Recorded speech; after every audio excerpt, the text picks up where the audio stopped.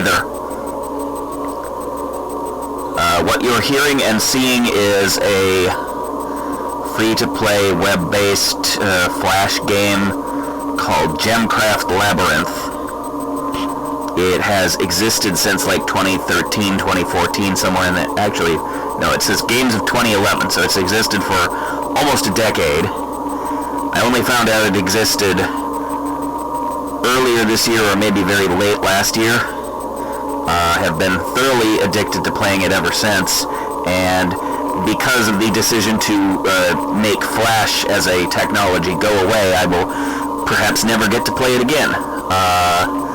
And it was only a technological hiccup that made me go back to using the outdated computer that I have now to actually play this game once again. It barely runs on this computer, so I probably can't actually play the game.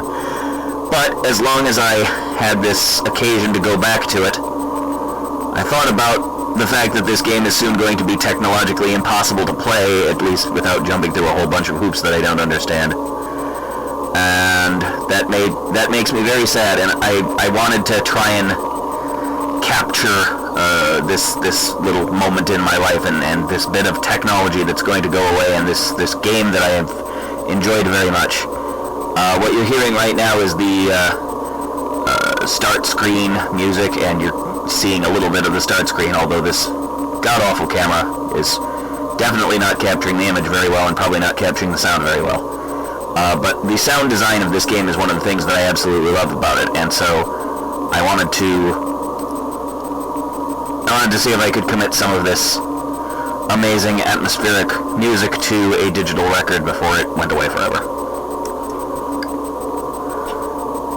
Fun fact, I was just about to pay $20 or so to get the full version of this game, and then coronavirus hit, and I lost the ability to go to public places and play the game, and was able with a lot of difficulty to get it working on this computer, but not enough that I wanted to ever actually,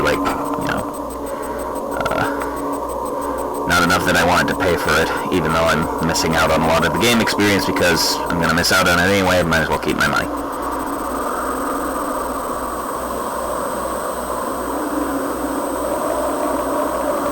This is the map screen. This is a almost completely unexplored map.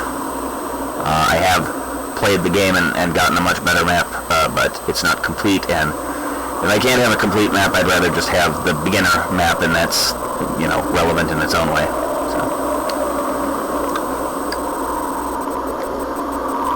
So I'm just going to have the game play for a minute, just so that people who have never played it can get an idea of what it's like.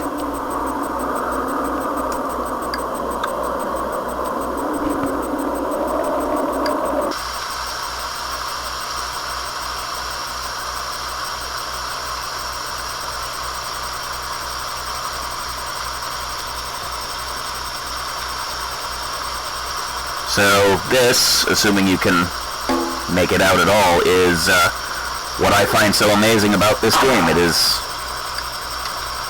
that the visual aesthetic of this bleak, colorless, wrecked town, and the soundtrack that you're hearing right now, this just steady droning rain.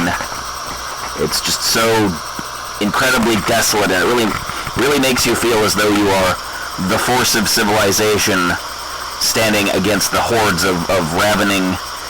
You're going to see the monsters. They're all insects and worms and such, and so it's like the force of decay descending upon your very structured, orderly series of paths and towers and structures, and you're trying to preserve your magic orb and not let the monsters get near it. So yeah, check this out. So this first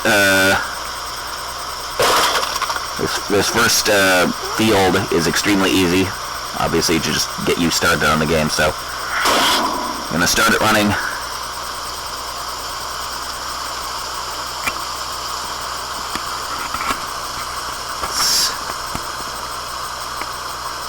Probably doesn't seem super exciting so far. I had to play the game a few times before I started to get fully and properly addicted to it, but it gets cool later on. Right now you're just kind of getting a little schmear of it. It's a tower defense game, so you basically just build a set of defenses against the monsters that are constantly coming after you, and you've probably heard of games like this. A lot of them feature zombies.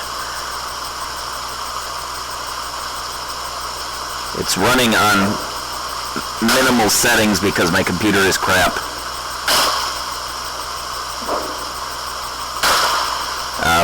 When one of those monsters explodes, you're supposed to see it blow away in a cloud of dust, but I had to turn that effect off because it was making the computer run too slow, and already the computer runs too slow. I'll be lucky if it actually makes it to the end of this level, but this is a super easy, super short, early level. If I tried to go all the way through one of the later levels, or if I use the options that let you kick the game up to 11 and get a bigger reward by surviving a tougher onslaught, that would pretty definitely end with my computer just grinding to a halt because it's terrible. You've seen the basic idea, so I'm gonna hit the fast forward button now, and the game will fairly quickly end itself here, and I'll just show you the one. As you can see, the processor can't keep up the visual display at the speed that the game is actually playing, so that's why you heard a whole bunch of explosions and didn't actually see anything changing, and it just sort of resets and all the monsters are dead. That's the sort of thing that happens.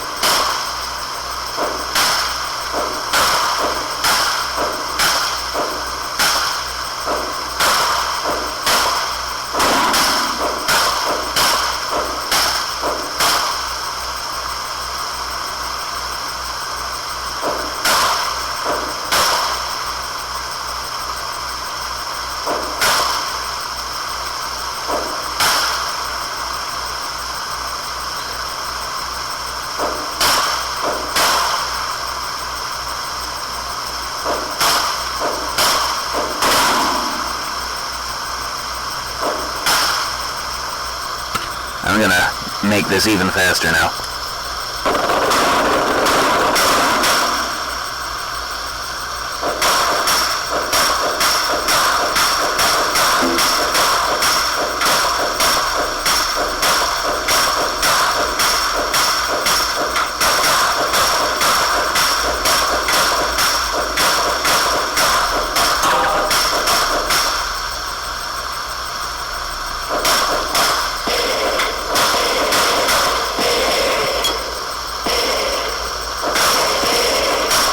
That was the sound of a bunch of monsters getting to touch the orb and be sent away.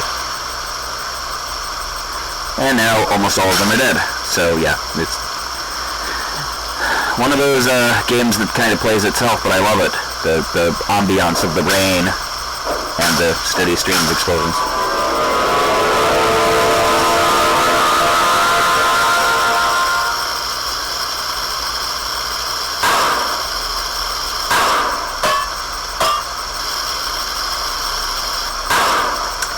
Yeah, I find that really cool. I really like this game, and once they stop allowing people to run Flash on their computers, I will never get to play it again, and that's really, really sad.